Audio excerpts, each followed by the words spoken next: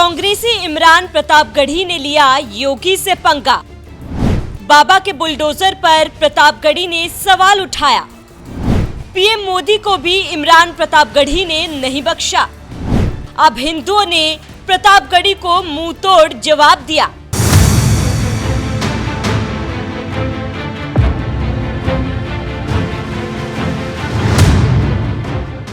जिस माफिया अतीक अहमद का कभी यूपी में खौफ हुआ करता था, समाजवादी पार्टी चुनाव लड़ाया करती थी और खुद शायर इमरान प्रतापगढ़ी उन्हें शायरी सुनाया करते थे। उस माफिया अतीक अहमद के साम्राज्य को योगी सरकार ने बुलडोजर से मिट्टी में मिलाने का जो सिलसिला शुरू किया था, वो आज भी जारी है और बड़े से बड़े गुंडे, बदमाशों और माफियाओं के खिलाफ ताबड़तोड़ बुलडोजर एक्शन हो रहा है। लेकिन लगता है कांग्रेसी इमरान प्रतापगढ़ी को योगी सरकार के ये बुलडोजर एक्शन रास नहीं आ रहा। इसीलिए पीएम मोदी के पंक्चर वाले बयान पर शायराना अंदाज में तंज मारने के साथ ही योगी सरकार के बुलडोजर एक्शन पर भी सवाल उठा दिया।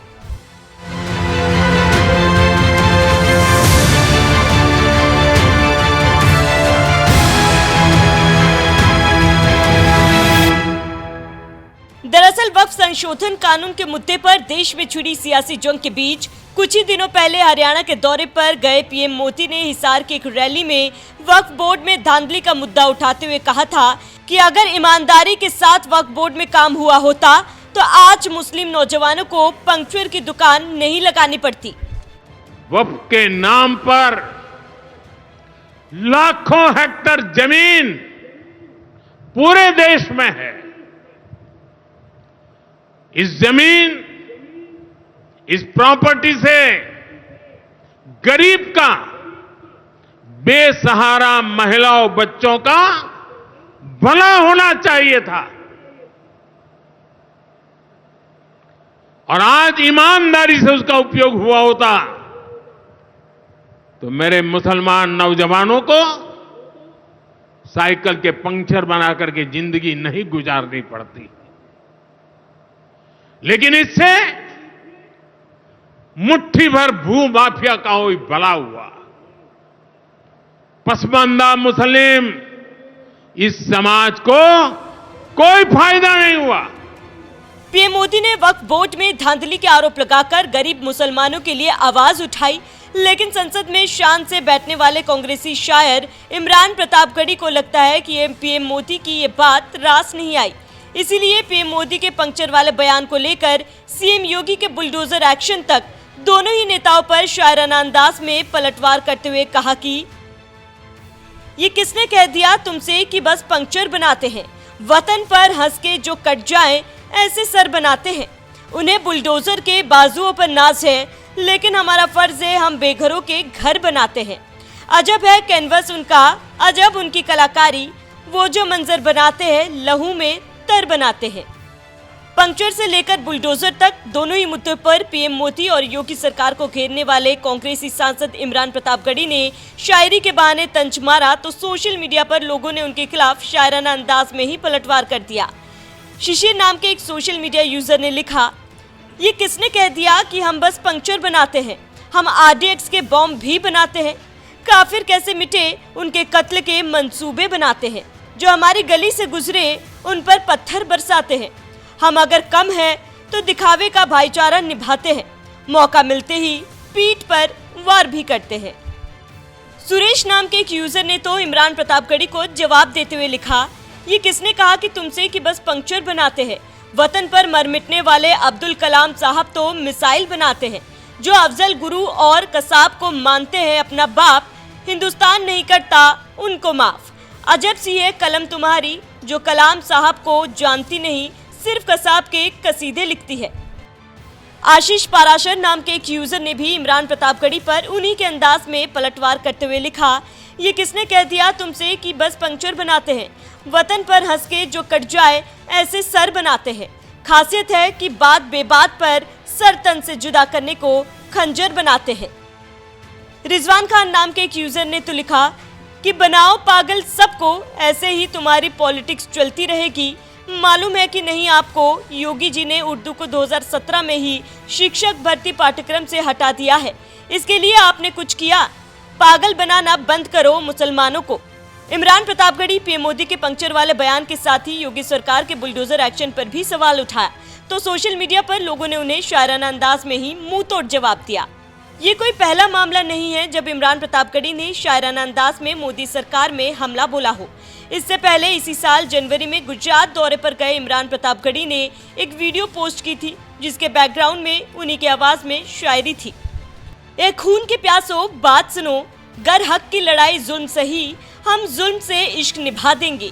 गर शम्मा गिरिया आतिश है, हर राह वो शम्मा जला देंगे।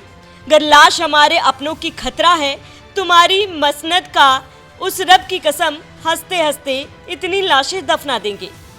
गुजरात गए इमरान प्रतापगढ़ी ने इस वीडियो के बहाने गुजरात दंगे की याद दिलाकर पीएम मोदी पर निशाना साधने की कोशिश की थी, जिसके खिलाफ उन पर केस भी दर्ज किया गया। लेकिन जब मामला सुप्रीम कोर्ट पहुंचा तो कोर्ट ने इमरान प्रतापगढ़ी के खिलाफ दर्ज एफआईआर ही रद्द कर दी थी और कहा था कि व्यक्ति के विचार व्यक्त करने के अधिकार का सम्मान करना चाहिए। खून के प्यासे शायरी मामले में बचे कांग्रेस सांसद इमरान प्रतापगढ़ी ने अब पंक्चर और बुलडोजर के बहाने पीएम मोदी और सीएम योगी पर तंज मारा है। इस पर आपका क्या कहना है? अपनी राय हमें कमेंट बॉक्स पर जरूर बताएं। साथ ही पीएम मोदी ने पंक्चर वाले बयान के साथ ही और क्या कुछ कहा था वो भी सुनिए। जब तक बाबा साहब जीवित थे, कांग्रेस ने उन्हें अपमानित किया। दो बार उन्हें चुनाव हरवाया। कांग्रेस की पूरी सरकार उनको उखाड़ फेंकने में लगी थी। उनको सिस्टम से बाहर रखने की साजिश की गई। जब बाबा साहब हमारे बीच नहीं रहे तो कांग्रेस ने उनकी याद तक मिटाने की कोशिश की। कांग्रेस ने बाबा साहब के विचारों को भी हमेशा के लिए खत्म कर देना चाहा। डॉक्टर अंबेडकर संविधान के संरक्षक थे। कांग्रेस संविधान की भक्षक बन गई है। डॉक्टर अंबेडकर समानता लाना चाहते थे, लेकिन कांग्रेस ने देश में वोट बैंक का वायरस फैला दिया। साथियों, बाबा साहब चाहते थे कि हर गरीब, हर वंचित गरिमा से जी सके, सर ऊंचा करके जिए, वो भी सपने देखें, अपने सपने पूरे कर सके। लेकिन कांग्रेस ने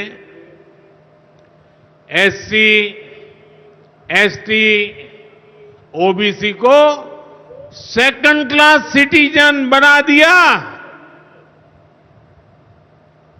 कांग्रेस के लंबे शासनकाल में कांग्रेस के नेताओं के घर में स्विमिंग पूल तक पानी पहुंच गया, लेकिन गांव में नल से जल नहीं पहुंचा। आजादी के 70 साल बाद भी गांवों में सिर्फ 16% घरों में नल से जल आता था। सोचिए, 100 घर में से 16 घर में। इससे सबसे ज्यादा प्रभावित कौन थे? इससे एससी, एसटी, ओबीसी सबसे ज्यादा प्रभावित थे। अरे उनकी इतनी ही चिंता थी, आज जो गली गली में जाके भाषण झाड़ रहे हैं, अरे कम से कम मेरे एससी, एसटी, ओबीसी भाइयों के घर तक अरे पानी तो पहुंचा देते। वक्फ के नाम पर लाखों हेक्टर जमीन पूरे देश में है। इस जमीन, इस प्रॉपर्टी से गरीब का, बेसहारा महिलाओं बच्चों का भला होना चाहिए था। और आज ईमानदारी से उसका उपयोग हुआ होता तो मेरे मुसलमान नौजवानों को साइकिल के पंक्चर बना करके जिंदगी नहीं गुजारनी पड़ती। लेकिन इससे मुट्ठी भर भू माफिया का कोई भला हुआ। पसमानदा मुस्लिम इस समाज को कोई फायदा नहीं हुआ। और ये भूमाफिया किसकी जमीन लूट रहे थे? ये दलित की जमीन लूट रहे थे, पिछड़ों की जमीन लूट रहे थे, आदिवासी की जमीन लूट रहे थे, विधवा महिलाओं की संपत्ति लूट रहे थे। सैकड़ों विधवा मुस्लिम महिलाओं ने भारत सरकार को चिट्ठी लिखी, तब जाके कानून की चर्चा आई है। वक्फ कानून में बदलाव के बाद अब ये गरीबों से जो लूटा जा रहा है वो बंद होने वाला है।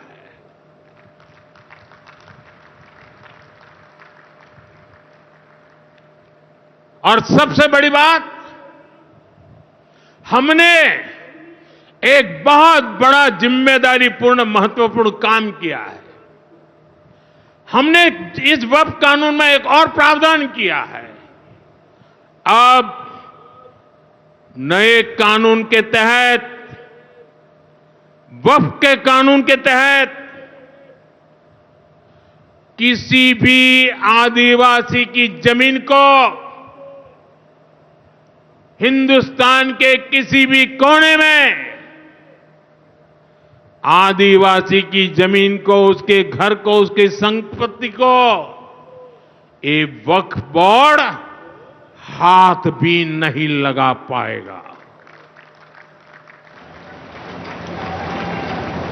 ये आदिवासी के हितों की रक्षा करने का, संविधान की मर्यादाओं का पालन करने का हमने बहुत बड़ा काम किया है।